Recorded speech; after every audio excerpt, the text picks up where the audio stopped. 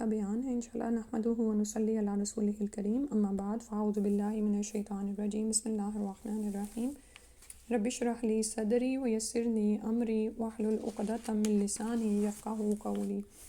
اچھا، یاد ہوگا پچھلی دفعہ ہم نے عیون الجنہ پڑھا تھا، یعنی جنت کے چشمے، ٹھیک ہے۔ تو آج نہر کوثر پڑھتے ہیں، نہر الکوثر یعنی کوثر کی نہر، تو یہ پانی سے ہی متعلق ہیں، اور اس میں انہوں نے دعا اوپر ہی لکھ دی ہوئی ہے، سقان اللہ تعالی منہ بمنہ و کرمہ، کہ اللہ ہمیں پانی پلائے اس سے، اللہ تعالیٰ اس سے ہمیں پانی پلائے اپنے احسان اور اپنے کرم کے ساتھ، ٹھیک ہے۔ کرم احسان تو آپ جانتے ہی ہیں کہ یعنی ہمارے اتنے اعمال کہاں کہ ہم اس نہر کوثر کے پانی سے مستفید ہوں قیامت والے دن، یہ تو اللہ تعالیٰ کی خاص رحمت، اس کا کرم، اس کا احسان ہوگا۔ اور کرم ہوتا ہے کسی بھی چیز کی، یعنی اس کی مطلق جو حالت ہوتی ہے، یعنی اور اللہ سبحانہ و تعالیٰ تو ہر صفت میں، ہر چیز میں کمال ہیں، اکمل ہیں، مطلق ہیں ان کی صفات، ٹھیک ہے۔ تو اللہ سبحانہ و تعالیٰ اپنی کریمی سے ہمیں اس کا پانی پلائیں۔ مسئلہ 173، جیسے کہ آپ کو پتہ ہے کہ مسائل کی صورت میں اس کو بیان کیا گیا ہے، تو کہتے ہیں کہ نہر کوثر جنت کی سب سے بڑی اور سب سے اعلیٰ نہر ہے۔ مسئلہ 174 ہے، نہر کوثر اللہ تعالیٰ کی طرف سے رسول اکرم صلی اللہ علیہ وسلم کو دیا گیا ہدیہ ہے۔ ان انس رضی اللہ عنہ قال قال رسول اللہ صلی اللہ علیہ وسلم بینما انا اسیر فی الجنت اذا انا بنہر حافتاہ کباب الدر المجوف قلت ما ھذا یا جبریل قال ھذا الکوثر الذی آتاک ربک۔ انس رضی اللہ عنہ کہتے ہیں رسول اللہ صلی اللہ علیہ وسلم نے فرمایا، جب معراج کے موقع پر میرا گزر جنت سے ہوا تو میں نے ایک نہر دیکھی جس کے دونوں کناروں پر موتیوں کے گنبد ہیں جنہیں اندر سے تراش کر بنایا گیا ہے۔ تو قلت ما ھذا ما جبریل، تو میں نے جبریل علیہ السلام سے دریافت کیا یہ کیا ہے؟ قالا، وہ کہنے لگے ھذا الکوثر، یہ کوثر ہے، الذی آتاک ربک، جسے آپ صلی اللہ علیہ وسلم کو آپ کے رب نے عطا فرمایا ہے۔ فائزہ طیبہ او تینہ مسکن ازفر، رواہ البخاری، اسے بخاری نے روایت کیا ہے۔ تو رسول اللہ صلی اللہ علیہ وسلم فرماتے ہیں اس کی مٹی یا خوشبو تیز مشک کی سی تھی، یعنی جو انہوں نے وہاں پر محسوس کیا، کیونکہ رسولوں انبیاء کو یہ چیزیں دکھائی جاتی ہیں تاکہ وہ یقین کے ساتھ اپنی امت کو بتا سکیں، ٹھیک ہے۔ تو آپ صلی اللہ علیہ وسلم نے نہ صرف اس نہر کو وہاں پر یعنی کہ معراج کے موقع پر ان کا گزر ہوا انہوں نے دیکھی، بلکہ انہوں نے اس کیفیت کو بھی بیان کیا، کیونکہ خوشبو جو ہے وہ آپ یہ دیکھیں کہ خواب میں ہم کوئی چیز دیکھتے ہیں تو کبھی کبھار ہوتا ہے کہ کوئی خوشبو بھی ذہن میں رہ جاتی ہے کہ اس کی خوشبو کیسی تھی، تو آپ صلی اللہ علیہ وسلم کو اس کی مٹی یا خوشبو تیز مشک کی سی تھی، آپ نے فرمایا۔ پھر اس کے بعد ہے مسئلہ 175 ہے، نہر کوثر کے دونوں کنارے سونے کے ہیں، اس کے سنگریزے موتی اور یاقوت کے ہیں اور مٹی مشک سے زیادہ خوشبودار ہے۔ اچھا، اوپر والی حدیث میں نے مثال دے دی کہ سوئے ہوئے جب ہم کوئی خواب وغیرہ دیکھتے ہیں، لیکن یہ یاد رکھیں کہ معراج نبی صلی اللہ علیہ وسلم کو جسم اور روح دونوں کے ساتھ کرائی گئی تھی، ٹھیک ہے۔ تو آپ وہاں سے گزرے تھے اور آپ نے اس کو دیکھا اور پورا جو مشاہدہ کیا وہ بتایا جا رہا ہے، اور مٹی کیسی تھی یا خوشبو اس کی کیسی تھی وہ بھی بتائی جا رہی ہے، ٹھیک ہے۔ نہر کوثر کے دونوں کنارے سونے کے ہیں، اس کے سنگریزے موتی اور یاقوت کے ہیں اور مٹی مشک سے زیادہ خوشبودار ہے۔ مسک یا مشک آپ جانتے ہیں نا، یہ اسی کے لیے آتا ہے، وہ انگلش میں مسک جیسے آتا ہے، ٹھیک ہے۔ عطر بھی ہوتے ہیں اور بعض اوقات اس کے پرفیومز بھی ہوتے ہیں، لیکن ظاہر ہے دنیا میں جو چیز ہے اس کا وہ مقابلہ تو نہیں، لیکن صرف آپ کو جیسے ملتا جلتی والی بات ہے نا کہ وہ بتا رہی ہوں۔ ان عبداللہ ابن عمر رضی اللہ عنہما قالا، دونوں ہی صحابی ہیں، قالا رسول اللہ صلی اللہ علیہ وسلم الکوثر نہر فی الجنت حافتاہ من ذہب ومجراہ علی الدر والیاقوت تربتہ اطیب من المسک وماؤہ، اور اس کا پانی احلی من العسل وابید من الثلج، رواہ ترمذی، اسے ترمذی نے روایت کیا ہے، ٹھیک ہے۔ اس کا ترجمہ دیکھ لیتے ہیں۔ ان عبداللہ ابن عمر رضی اللہ عنہما، عبداللہ بن عمر بیان کرتے ہیں۔ اچھا، ترجمے میں اس کا مجھے نہیں سمجھ آئی کہ کیوں اس میں، ایک سیکنڈ میں دیکھ لوں۔ عبداللہ بن عباس کا نام یہ غلطی سے لکھا گیا ہوگا کیونکہ عربی روایت پر ہی ہم وہ کریں گے۔ عبداللہ بن عمر رضی اللہ عنہما سے روایت ہے کہ رسول اللہ صلی اللہ علیہ وسلم نے فرمایا، الکوثر نہر فی الجنت، کوثر جو ہے یعنی جیسے سورۃ الکوثر ہے تو وہاں پر بھی آپ یاد رکھیں کہ پھر وہ کیا چیز ہے۔ کوثر دراصل جنت میں ایک نہر ہے، حافتاؤ من ذہبن، اس کے دونوں کنارے سونے کے ہیں، ومجراہ علی الدر والیاقوتی، اور اس کا پانی موتی اور یاقوت پر بہتا ہے، ٹھیک ہے. جری جرا کا آپ نے جیسے قرآن میں پڑھا ہو نا، تجری من تحتها الانہار، تو بہتا ہے اس کا پانی موتی اور یاقوت پر. در یعنی جو موتی ہے اور یاقوت پر، تربتہ اس کی مٹی، اطیب من المسکی، اس کی مٹی مسک سے زیادہ خوشبودار ہے. وماؤہ اور اس کا پانی، احلا من العسل، احلا مطلب اس کا پانی میٹھا ہے زیادہ، ٹھیک ہے. حلوہ بھی اردو میں اس سے یاد کر لیں کہ احلا زیادہ میٹھا ہے اکبر کے وزن پر، من العسل شہد سے، و ابیض اور زیادہ سفید ہے، من الثلج برف سے زیادہ سفید ہے، ٹھیک ہے. اس کے بعد ہے مسئلہ 176 ہے، نہر کوثر میں اونٹوں کی گردنوں والی چڑیاں ہوں گی جن کے گوشت سے اہل جنت لطف اندوز ہوں گے. اب وہ دنیا میں بھی چڑیا کا گوشت بہت اچھا لگتا ہے کچھ لوگوں کو، ظاہر ہے یہ بڑا نفیس سا اور لذیذ اور یعنی کہ طبیعت پہ ہلکا ہوتا ہے، لیکن دنیا میں جو چڑیا ہوتی ہے وہ آپ مجھے نہیں سمجھ آتی تھی کہ لوگ اس میں سے کیا کھاتے ہیں، لیکن یہاں پر فرمایا جا رہا ہے کہ وہاں پر جو اونٹوں کی گردنوں والی چڑیاں ہوں گی. اور یہ میں نے نا حدیث جب بچپن سے شروع سے حوض کوثر کے بارے میں پڑھتے آ رہے ہیں، لیکن پرندوں کا احوال نہیں تھا پڑھا کہ وہاں پہ کھانے کو بھی چیزیں ہوں گی. یاد رہے کہ حوض کوثر اور نہر کوثر دو الگ الگ چیزیں ہیں. نہر کوثر جنت کے اندر ہوگی جبکہ حوض کوثر جنت سے باہر میدان حشر میں ہوگا، ٹھیک ہے. نہر اور حوض دو الگ چیزیں ہیں، کیونکہ حوض کے بارے میں آتا نا، وہ ہم آگے پڑھتے ہیں کہ رسول صلی اللہ علیہ وسلم اس کے پاس ہوں گے اور امتی وہاں پر آئیں گے تو وہ انہیں اس کا پانی پلائیں گے، ٹھیک ہے. حوض کوثر یعنی حوض ہوتا ہے نا جس میں پانی کو روک کے رکھ لیا جاتا ہے نا، ٹھیک ہے. تو نہر میں کیا ہوتا ہے کہ وہ پانی جاری ہوتا ہے، جیسے سمندروں سے نہریں نکلتی ہیں اور اس طرح، ٹھیک ہے. یعنی ایک پکچر بن رہی ہے ذہن میں. تو حوض کوثر جنت سے باہر میدان حشر میں ہوگا جہاں رسول اکرم صلی اللہ علیہ وسلم اپنے منبر پر تشریف فرما ہوں گے اور اپنے دستے مبارک سے اہل ایمان کی پیاس بجھائیں گے. واللہ عالم بالصواب. نہر کوثر کی نسبت سے ہم نے حوض کوثر سے متعلقہ حدیث بھی باب حاضہ میں شامل کر دی ہیں، تو دیکھتے ہیں.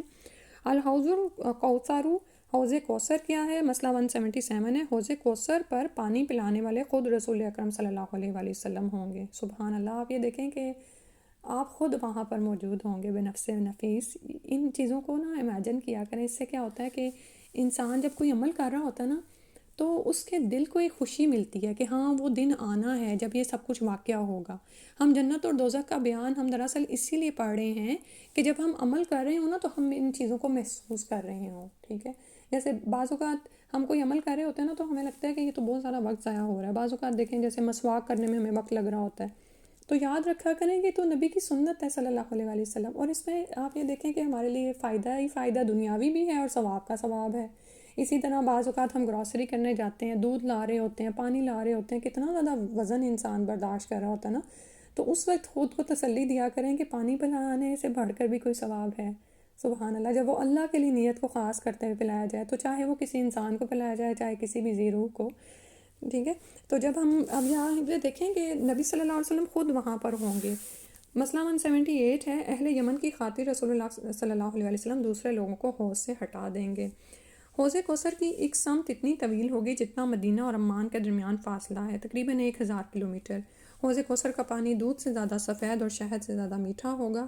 اس میں اب حدیث پڑھ لیتے ہیں. ان ثوبان ان نبی صلی اللہ علیہ وسلم قال انی لبی اقری حودی ادود الناس لاہل الیمن اضرب بعصای حتی یرفد علیہم فسئل عن ارضہ فقال من مقامی الی عمانی. صوبان رضی اللہ عنہ سے روایت ہے کہ نبی اکرم صلی اللہ علیہ وسلم نے فرمایا، حوض کوثر کے کنارے پر میں اہل یمن کی خاطر دوسرے لوگوں کو اپنی چھڑی سے ہٹاؤں گا. بعصای حتی یرفد علیہم، یہاں تک کہ حوض کا پانی اہل یمن کی طرف بہہ نکلے گا، ٹھیک ہے، اور وہ خوب سیر ہو کر پئیں گے. آپ سے عرض کیا گیا حوض کا عرض کتنا ہے؟ فسئل عن ارضہ، یعنی اس کی چوڑائی کے بارے میں پوچھا گیا. فقالا، تو نبی صلی اللہ علیہ وسلم نے ارشاد فرمایا، من مقامی الی عمانی، مدینہ سے عمان تک، یعنی جہاں مدینہ میرے مقام سے لے کر عمان تک.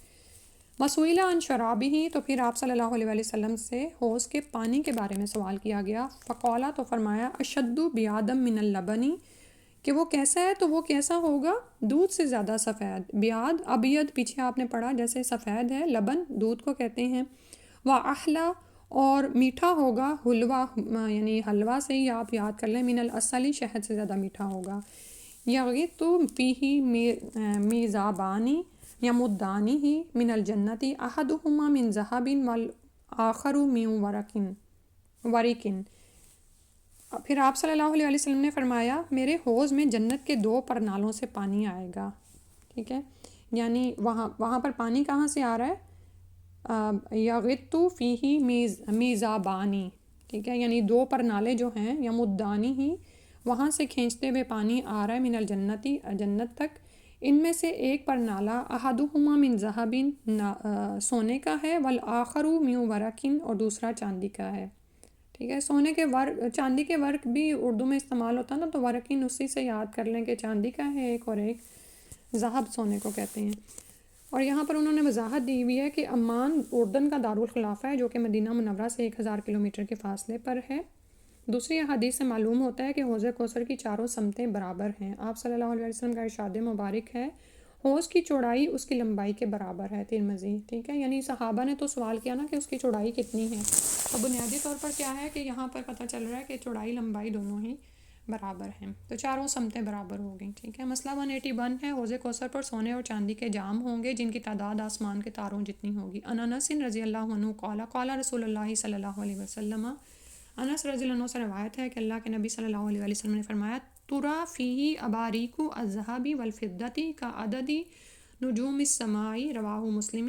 حوض کوثر پر تم سونے اور چاندی، الذھب سونا، والفضة اور چاندی کے جام آسمان کے تاروں کے برابر دیکھو گے۔ اباریک ہوتے ہیں برتن، ٹھیک ہے، لمبے لمبے جام جو ہوتے ہیں، تو وہ کتنے زیادہ پڑے ہوں گے، کعدد نجوم السماء، جیسے عدد ہے آسمان کے ستاروں کا، سبحان اللہ، یعنی اتنی زیادہ تعداد میں وہاں پر برتن پڑے ہوں گے، کیونکہ آج کل تو خیر روشنیوں کا ماحول ہے ہر طرف، اور رات کے تارے ہمیں نظر ہی نہیں آتے، لیکن میں بھی آپ میں سے کسی نے بچپن میں یہ نظارہ کیا ہو کہ جب ہم خاص طور پر جب ہم دیہاتوں میں ہوتے تھے تو وہاں پر جب لائٹس بالکل نہیں تھیں ہوتی، اگر ہوتی بھی تھیں تو بند کر دی جاتی تھیں، ٹھیک ہے، یعنی اتنی جیسے آج کل چیزوں کی جلا پڑی ہوئی یہ صورت حال نہیں تھی، وسائل کو بڑے احتیاط سے استعمال کیا جاتا تھا۔ تو پھر کیا تھا کہ آپ آسمان کی طرف نگاہ کرتے تو ابھی تو یہ صورتحال تھی کہ نظر آنے والے ستارے اس طرح ٹنکے ہوئے ہوتے تھے کہ کوئی جگہ خالی نظر نہیں آتی تھی، ٹھیک ہے۔ اور اب بڑے ہو کے پتہ چلا کہ بہت سے ستارے تو ایسے ہیں جن کے جو کہ بہت ہی دور ہیں، جن کی وجہ سے ان کی روشنی بہت ہی مدھم ہوتی ہے، ٹھیک ہے، اور بعض اوقات بہت ایسی کسی اندھیری رات میں تو تارے یعنی کہ بہت بے شمار ہوتے تھے اور آسمان جگمگ کر رہا ہوتا تھا۔ تو امیجن کریں کہ پھر حوض کوثر پر جو برتنوں کی تعداد ہے وہ کتنی زیادہ ہے، اور پھر یہ سونے اور چاندی کے ہیں۔ مسئلہ 182 ہے، رسول اکرم صلی اللہ علیہ وسلم کا منبر قیامت کے روز حوض کوثر پر رکھا جائے گا جس پر بیٹھ کر آپ صلی اللہ علیہ وسلم کو اپنی امت کو پانی پلائیں گے، ٹھیک ہے۔ اور وہ آتا نا حوض وہاں پر ریاض الجنہ کے لیے کہ وہ حوض آپ کے منبر اور آپ کے حجرے، آپ کے نہیں، مجھے یاد نہیں آ رہا، آپ میں سے اگر کسی کو یاد ہے تو بتائیں، کہ آپ کے منبر اور حجرے کے درمیان کی جگہ جو ہے وہ ہے، ذہن سے بالکل نکل گیا ہے، چلیں انشاءاللہ پھر کبھی۔ اچھا، تو رسول اکرم صلی اللہ علیہ وسلم کا منبر قیامت کے روز حوض کوثر پر رکھا جائے گا جس پر بیٹھ کر آپ صلی اللہ علیہ وسلم اپنی امت کو پانی پلائیں گے۔ ان ابی ہریرہ رضی اللہ عنہ ان رسول اللہ صلی اللہ علیہ وسلم قال ما بین بیتی و منبری، اچھا یہ وہی والی حدیث آ رہی ہے، ما بین بیتی میرے گھر کے درمیان، و منبری اور میرے منبر کے درمیان، روضۃ من ریاض الجنتی، کہ کیا ہے میرے حجرہ مبارک اور منبر کے درمیان والی جگہ جنت کے باغوں میں سے ایک باغ ہے، و منبری علی حوضی، اور میرا منبر قیامت کے روز میرے حوض پر رکھا جائے گا، رواہ البخاری، جو اسے بخاری نے روایت کیا ہے، ٹھیک ہے۔ اور یہ وہی جگہ ہے جہاں پر 2 نوافل پڑھے جاتے ہیں جب آپ جاتے ہیں نا مدینہ، ٹھیک ہے، تو یہ ریاض الجنہ وہی جگہ ہے۔ اور خیر اب تو انہوں نے کافی بند کر دیا ہوا ہے، تو وہاں تک پہنچنے کے لیے جھگڑنا نہیں چاہیے، کیونکہ وہاں پہ کہیں بھی آپ نوافل پڑھ لیں تو وہی ثواب ہے انشاءاللہ۔ اسے بخاری نے روایت کیا اس حدیث کو۔ اور میرا منبر میرے حوض پر ہے. اب یہ قیامت کی جو کیفیت ہے نا، یعنی کہ اس کا کیا صورتحال ہوگی، وہ بھی ذرا اس سے نا سمجھ آ رہی ہے. پھر سے پڑھتے ہیں اس حدیث کو کہ ما بین بیتی و ممبری روضۃ من ریاض الجنہ وہ ممبری علی حودی. حدیث کا شروع کا حصہ ہمیں یاد ہوتا ہے کیونکہ وہ مدینہ جانا ہوتا ہے اور وہاں پہ نوافل ادا کرنے ہوتے ہیں، تو دل میں بے چینی ہوتی ہے کہ یہ کام یہاں پہ پہنچ کے ضرور کرنا ہے کہ 2 نوافل پڑھنے ہیں. ٹھیک ہے، لیکن یہ جو بات ہے کہ ممبری کے قیامت والے دن جو ہے وہ حوض جو ہے وہ ممبر وہاں پر رکھا جائے گا. سبحان اللہ. تو میرے حجرہ مبارک اور منبر کے درمیان والی جگہ جنت کے باغوں میں سے ایک باغ ہے، اور میرا منبر قیامت کے روز میرے حوض پر رکھا جائے گا. مسئلہ 183 ہے، جس نے ایک دفعہ حوض کوثر سے پانی پی لیا اسے پھر کبھی پیاس نہیں لگے گی. ان عبداللہ رضی اللہ عنہ ان رسول اللہ صلی اللہ علیہ وآلہ وسلم قال ان امامکم حوضا کما بین جربا و ازرحا فیہ یباریک کنجوم السماء من وردہ فشرب منہ لم یظمأ بعدها ابدا لم یظمأ بعدها ابدا. رواہ مسلم، اسے مسلم نے روایت کیا ہے. عبداللہ بن عمر رضی اللہ عنہما سے روایت ہے، دونوں صحابی ہیں. ٹھیک ہے، رسول اللہ صلی اللہ علیہ وسلم نے فرمایا کہ تمہارے سامنے حوض ہوگا، ان امامکم حوضا، تمہارے سامنے حوض ہوگا جس کی ایک سمت جربا سے لے کر ازرا، یعنی یہ شام کے 2 شہروں کے نام ہیں، وہاں تک ہوگی. ٹھیک ہے، جربا و ازرحا فیہ یباریک، اس پر برتن ہوں گے یعنی جام رکھے ہوئے ہوں گے، کنجوم السمائی، جیسا کہ آسمان کے تارے ہوں، یعنی تعداد میں وہ اتنے زیادہ ہوں گے. اب اس حدیث میں ہمیں کیا پتہ چل رہا ہے، من وردہ فشربا، جو اس پر وارد ہوگا، آئے گا اس پر اور اس سے پی لے گا، منہا، اس سے، لم یظمأ، وہ پیاسا نہیں ہوگا. ٹھیک ہے، یعنی اسے پیاس نہیں لگے گی، بعدہا، اس کے بعد، ابداً، کبھی بھی. اسے مسلم نے روایت کیا ہے. مسئلہ 184 ہے، حوض کوثر پر سب سے پہلے آنے والے اور سیراب ہونے والے مہاجر نبی اکرم صلی اللہ علیہ وسلم کی عہد میں مکہ سے مدینہ کی طرف ہجرت کرنے والے فقراء ہوں گے. سبحان اللہ. اب اسی طرح آتا ہے نا کہ وہ فقراء جو ہیں وہ جنتوں میں 500 سال پہلے ایک ہی مسافر سے داخل ہو جائیں گے. تو یہاں پر بھی آ کے دیکھیں کہ سب سے پہلے وہی سیراب ہو رہے ہیں. اور ظاہر ہے جس شخص کی جیسی محنت ہوتی ہے ویسا ہی اس کے پھر وہاں پر اس کی فضیلتیں اور ثواب اور اجر بڑھے ہوئے ہوں گے. ان ثوبان رضی اللہ عنہ ان رسول اللہ صلی اللہ علیہ وسلم قال ان اول الناس وروداً علیہ فقراء المہاجرین الشعث رؤوسا الدنس ثیابا الذین لا ینکحون المطعمات ولا یفتح لهم السدد. رواہ الترمذی. ثوبان رضی اللہ عنہ سے روایت ہے، قال رسول اللہ صلی اللہ علیہ وسلم قال، کہ رسول اللہ صلی اللہ علیہ وسلم نے فرمایا کہ ان اول الناس، سب سے پہلے جو لوگ وروداً وارد ہوں گے علیہ، یعنی حوض کوثر پر، فقراء، وہ فقیر ہوں گے، المہاجرین، جو کہ مہاجر ہوں گے، اشوق، جن کے رؤوساً، جن کے سروں کے بال یعنی گرد آلود ہوں گے، الدنس ثیاباً، میلے کچیلے کپڑوں والے ہوں گے، الذین، وہ لوگ، لا ینکحون، جن سے یعنی نکاح نہیں کرتی، یعنی نکاح نہ کرنے کی استطاعت رکھنے والے، المتنعمات، یعنی ناز و نام میں پلی ہوئی عورتیں، جو جن کے پاس بہت زیادہ نعمتیں ہوتی ہیں. ٹھیک ہے، یعنی بہت امیر کبیر جو عورتیں ہیں یہ ان سے نکاح کرنے کی استطاعت نہیں رکھتے، کیونکہ ظاہر ہے ایسی عورتوں سے نکاح کرنے کے لیے آپ کو حق مہر بھی ان کے اسٹینڈرڈ اور وہ سارا کچھ اس کے مطابق دینا پڑتا ہے. ولا یفتح لهم السدد، اور ان کے لیے نہیں کھولے جاتے دروازے. سبحان اللہ. صد آپ نے سورہ کاف میں جیسے پڑھا تھا نا، تو اسے ترمذی نے روایت کیا ہے. یعنی آپ یہ دیکھیں کہ دنیا میں نا کوئی ایسے لوگ ہوتے ہیں جو اللہ کی نظر میں بڑے محبوب ہیں لیکن وہ فقیر ہیں، لوگ ان کو کچھ نہیں سمجھتے. وہ آتے ہیں نا تو لوگ ان پہ دروازے بند کر دیتے ہیں. حتیٰ کہ گھروں میں بعض اوقات آپ دیکھیں کہ کوئی بڑی پارٹی ہوتی ہے، بہت سے لوگوں کو ہم دعوت دیے ہوئے ہوتے ہیں اور گھر میں کھانے کو بھی بہت کچھ ہوتا ہے، لیکن کچھ ایسا بیچارہ غریب سا ہمیں ولی اللہ آ جاتا ہے جو اپنے حال حلیے سے بالکل ہی غریب فقیر لگ رہا ہے، تو ہم بڑی شرم محسوس کرتے ہیں کہ اب یہ ہماری اتنی ایلیٹ کلاس کی محفل میں آ گیا اور اس کو ہم اندر بلائیں. تو پھر بعض اوقات لوگ کیا کرتے ہیں، ان کو دروازے ہی ان پر بند کر دیتے ہیں، کھولتے ہی نہیں ہیں، یا ان کو باہر انتظار کرواتے ہیں. ایسا ہوتا ہے نا بعض اوقات کوئی رشتہ دار ہوتے ہیں آپ کے، وہ بڑے امیر ہو جاتے ہیں تو غریبوں کو وہ پوچھتے ہی نہیں ہیں. جیسے ابھی دیہاتوں ہی کی بات ہو رہی تھی، شہروں میں رہنے والوں کا عموماً یہی حال ہوتا ہے کہ پیچھے گاؤں سے اگر کوئی آتا ہے تو بس دیکھ لیتے ہیں کہ باہر وہ کھڑے ہیں تو ان کے لیے دروازے ہی نہیں کھولے جاتے۔ اسی طرح دوسری صورتحال تو اب obvious ہے کہ آج یہ دیکھیں کہ نبی صلی اللہ علیہ وسلم کی حدیث کا تو مفہوم ہے نا کہ جب نکاح کے لیے چاہے جو بھی تلاش کرو، چاہے لڑکیاں ڈھونڈنے جا رہے ہو، لڑکی ڈھونڈنے جا رہے ہو، تو ایمان کو آپ ترجیح دو۔ لیکن آج ہم دیکھیں کہ ہم سب سے پہلے یہ پوچھتے ہیں اچھا لڑکا کماتا کیا ہے، ٹھیک ہے، کرتا کیا ہے، ٹھیک ہے۔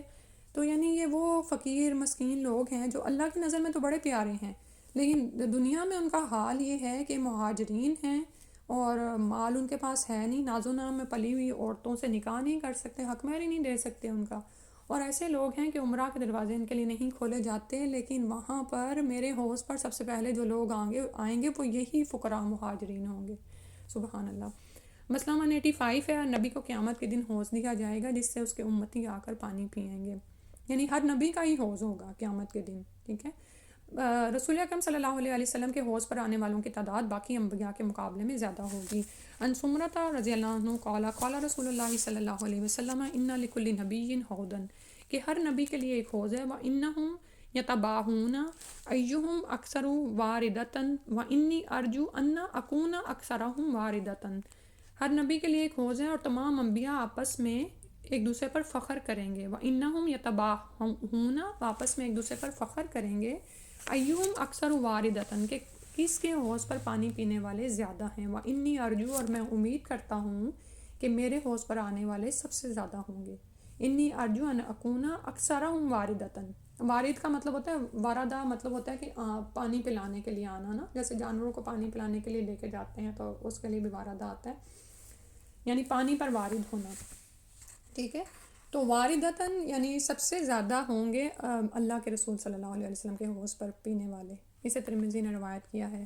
رسول اکرم صلی اللہ علیہ وسلم اپنی امت کے لیے حوض کوثر پر میر سامان ہوں گے، یعنی لیڈر ہوں گے وہاں پر۔ بدعتی لوگ آپ صلی اللہ علیہ وسلم کے حوض کوثر سے محروم واپس پلٹیں گے۔ ان عبداللہ رضی اللہ عنہ ان نبی صلی اللہ علیہ وسلم قال انا فرتکم علی الحوض، میں حوض پر تمہارا میر سامان ہوں گا، یعنی پہلے وہاں پر ہوں گا، وَلَا يُرْفَعَنَّ رِجَالٌ مِّنْكُمْ، اور تم میں سے بعض لوگ میرے سامنے یعنی اٹھائے وہاں پر لائے جائیں گے، ثُمَّ لَيُخْتَلَجُنَّ دُونِي، پھر کیا ہوگا کہ وہ مجھ سے دور ہٹا دیے جائیں گے، فَأَقُولُ، تو میں کہوں گا، یا ربی اصحابی، کہ اے رب یہ تو میری امت کے لوگ ہیں، فَيُقَالُ، تو آپ سے کہا جائے گا، جواب میں کہا جائے گا، اِنَّكَ لَا تَدْرِي مَا أَحْدَثُوا بَعْدَكَ، کہ آپ صلی اللہ علیہ وسلم نہیں جانتے کہ آپ کے بعد انہوں نے کیسی کیسی بدعات شروع کر دی تھیں۔ رواہ البخاری، اسے بخاری نے روایت کیا ہے، یعنی ما احدثوا بعدک، احدثوا کا مطلب یہ ہے کہ اپنے سے ہی گھڑ کے حدیثیں جو ہیں نا بیان کی انہوں نے، اور وہ آپ صلی اللہ علیہ وسلم نے نہیں فرمایا تھا، ٹھیک ہے، یعنی جو ان کے اپنے گھڑے ہوئے اعمال تھے ان کو نبی صلی اللہ علیہ وسلم کے سر پہ تھوپ دیا، نعوذ باللہ من ذالک، کہ اور بدعات سے انسان نکل کیوں نہیں پاتا؟ اس لیے کہ اس کو گناہ سمجھ نہیں رہا ہوتا، وہ تو اس کو ثواب کی نیت سے کر رہا ہوتا ہے، ٹھیک ہے۔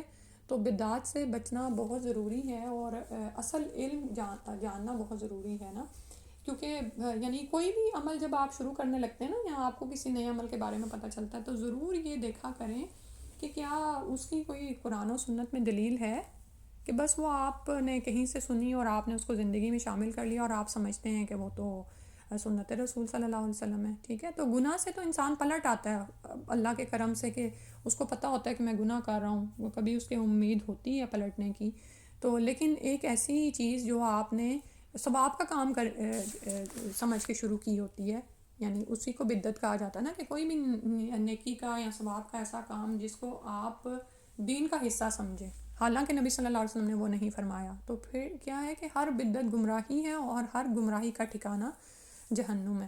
تو نبی صلی اللہ علیہ وسلم کے پاس یہ لوگ آئیں گے، اب یہ لوگ کیوں آئیں گے آپ کے پاس؟ اس لیے کہ ان کے وضو کے اعضاء روشن ہوں گے، ٹھیک ہے، وہ جو ہمیں آگے اگلی حدیث سے پتہ چل رہا ہے، لیکن چونکہ فرشتے وہاں پر ہوں گے تو ان کو آپ صلی اللہ علیہ وسلم سے ہٹا دیا جائے گا کہ ہٹو یہاں سے، تو آپ صلی اللہ علیہ وسلم حیران ہوں گے کہ یہ تو میری امتی نظر آ رہے ہیں، تو آپ کو جواب میں کہا جائے گا آپ نہیں جانتے کہ آپ کے بعد انہوں نے کیا کیا بدعات شروع کر دی۔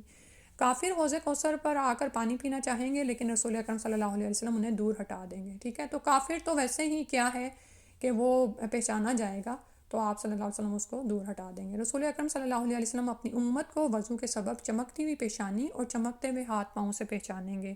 ان حذیفہ رضی اللہ عنہ قال رسول اللہ صلی اللہ علیہ وسلم والذی نفسی بیدہ، قسم ہے اس ذات کی جس کے ہاتھ میں میری جان ہے، انی لاذود عنہ الرجال، کہ میں ہٹا دوں گا اپنے ہوش سے کچھ لوگوں کو، یعنی لوگوں کو، کچھ کو نہیں، میں ہٹا دوں گا اپنے ہوش سے لوگوں کو، کما یزود الرجل الابلی الغریبۃ حوضہ، جس طرح اونٹوں کا مالک، ابل کہتے ہیں اونٹ کو، اپنے ہوش سے دوسرے اونٹوں کو ہٹا دیتا ہے، ٹھیک ہے، یعنی جس طرح سے کوئی اونٹوں کا مالک اپنے اونٹوں کو پہچانتا ہے اور دوسرے اونٹوں کو وہاں سے ہٹا دیتا ہے، بالکل اسی طرح میں اپنی امتیوں کو پہچانوں گا اور اس کے علاوہ کے لوگوں کو اپنے ہوش سے ہٹا دوں گا۔ قیلا یا رسول اللہ صلی اللہ علیہ وآلہ وسلم اتعرفون، تو آپ صلی اللہ علیہ وسلم سے پوچھا گیا، اے اللہ کے رسول صلی اللہ علیہ وسلم، کہ آپ ہمیں پہچان لیں گے؟ قالا، فرمایا، نعم تردون علیہ غرن محجلین من اثر الوضوء لیست لاحد غیرکم، رواہ ابن ماجہ۔ صحیح حدیث ہے کہ رسول صلی اللہ علیہ وسلم نے فرمایا، نعم، جی، تم میرے پاس آؤ گے تو وضو کی وجہ سے تمہارے ہاتھ، پاؤں اور پیشانیاں چمک رہی ہوں گی، سبحان اللہ۔ تو کیا ہے تریدون علیہ، جب تم میرے پاس آؤ گے، غرن محجلین من اثر الوضو، یعنی وضو کی وجہ سے پیشانیاں، ہاتھ پاؤں چمک رہے ہوں گے، تو لیست لاحد غیرکم، تمہارے علاوہ یہ صفت کسی دوسری امت میں نہیں ہوگی، سبحان اللہ۔ تو گرمی، سردی شدید، کسی بھی موسم میں وضو کرنا پڑ جائے تو کبھی بھی پیچھے نہ رہا کریں، ان احادیث کو یاد کر لیا کریں کہ وہاں پر جب قیامت کا دن، جو کہ 50,000 سال کی یعنی اس کا طوالت ہے، اور گرمی اس دن، کیونکہ سورج سوا نیزے پر ہوگا نا، تو ذرا امیجن کریں کہ کیا صورتحال ہوگی اس دن۔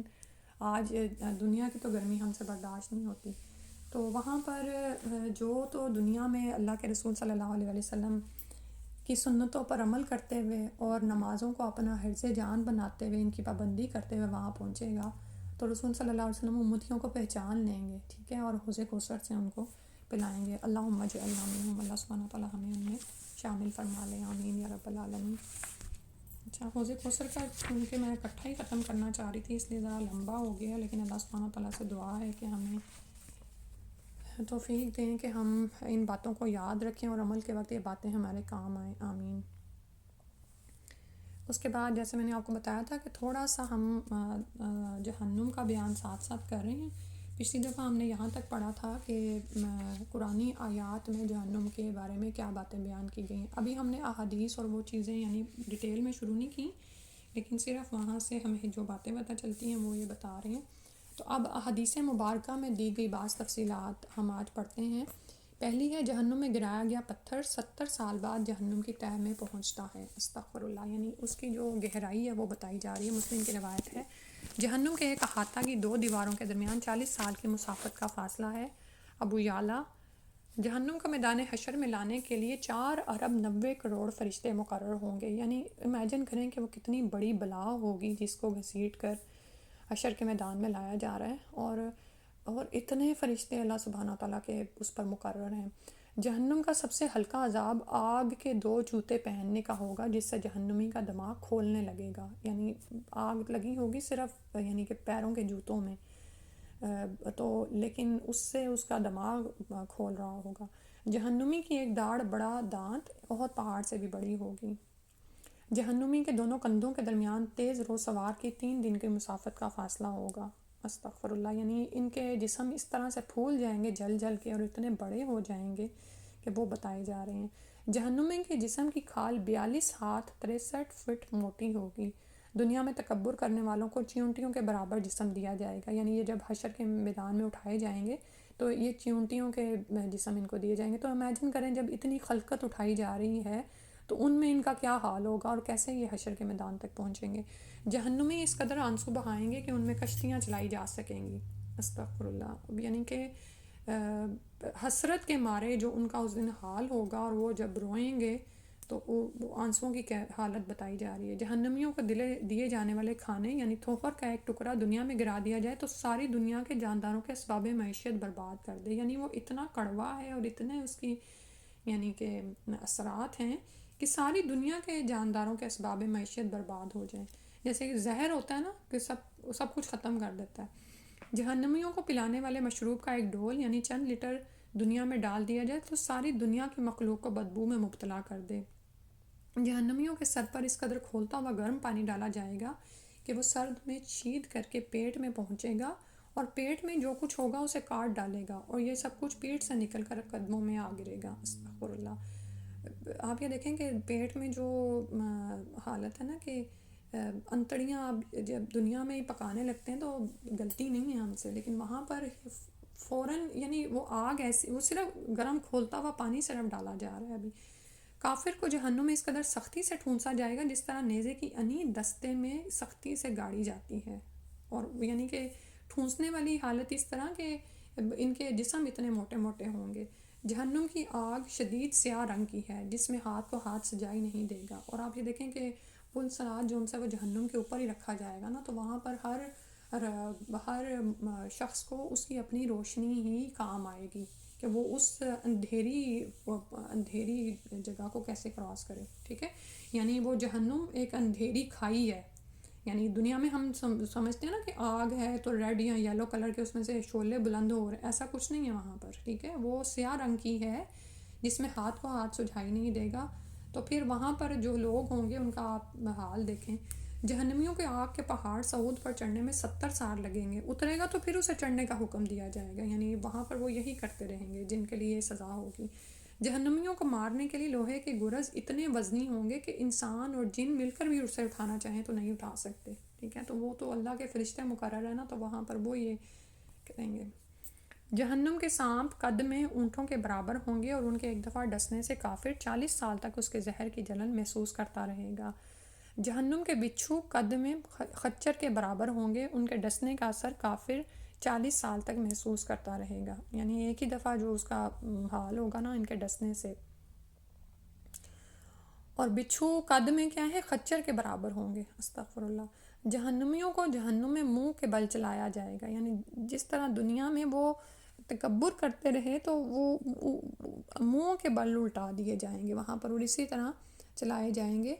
تو ذہن میں نعوذ باللہ یہ خیال کبھی نہ آئے کہ کوئی کیسے چلایا جا سکتا ہے نا. تو جو رب دنیا میں پیروں کے بل چلاتا ہے وہ وہاں پر منہ کے بل سزا بھی دینے پر قدرت رکھتا ہے. جہنم کے دروازے پر عذاب دینے والے 4 لاکھ فرشتے موجود ہوں گے جن کے چہرے بڑے ہیبت ناک اور سیاہ ہوں گے. کچلیاں باہر نکلی ہوئی ہوں گی، سخت بے رحم ہوں گے اور اس قدر جسیم کہ دونوں کندھوں کے درمیان پرندے کی 2 ماہ کی مسافت کا فاصلہ ہوگا. ابن کثیر. یعنی حیرت ہوتی ہے کہ اتنے بڑے بڑے جہنمیوں کو اور یہ بڑی بڑی سزائیں کیسے دی جائیں گی. تو وہ ان پر جو مدبرات الامر ہیں یعنی فرشتے ہیں ان کو بھی اللہ سبحانہ تعالیٰ نے اتنی قدرت اور طاقت دی ہوئی ہے کہ یہ سارے اعمال وہاں پر سر انجام دیں گے.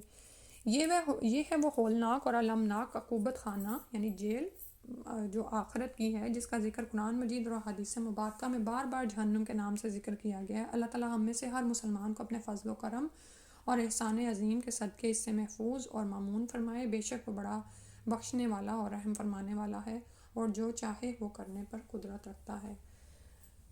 سبحانک اللہم و بحمدک اشہد ان لا الہ الا انت استغفرک و اتوب الیک. اللہم انا نسألک الجنۃ الفردوس و نعوذ بک من النار. اللہم انا نسألک الجنۃ الفردوس و نعوذ بک من النار.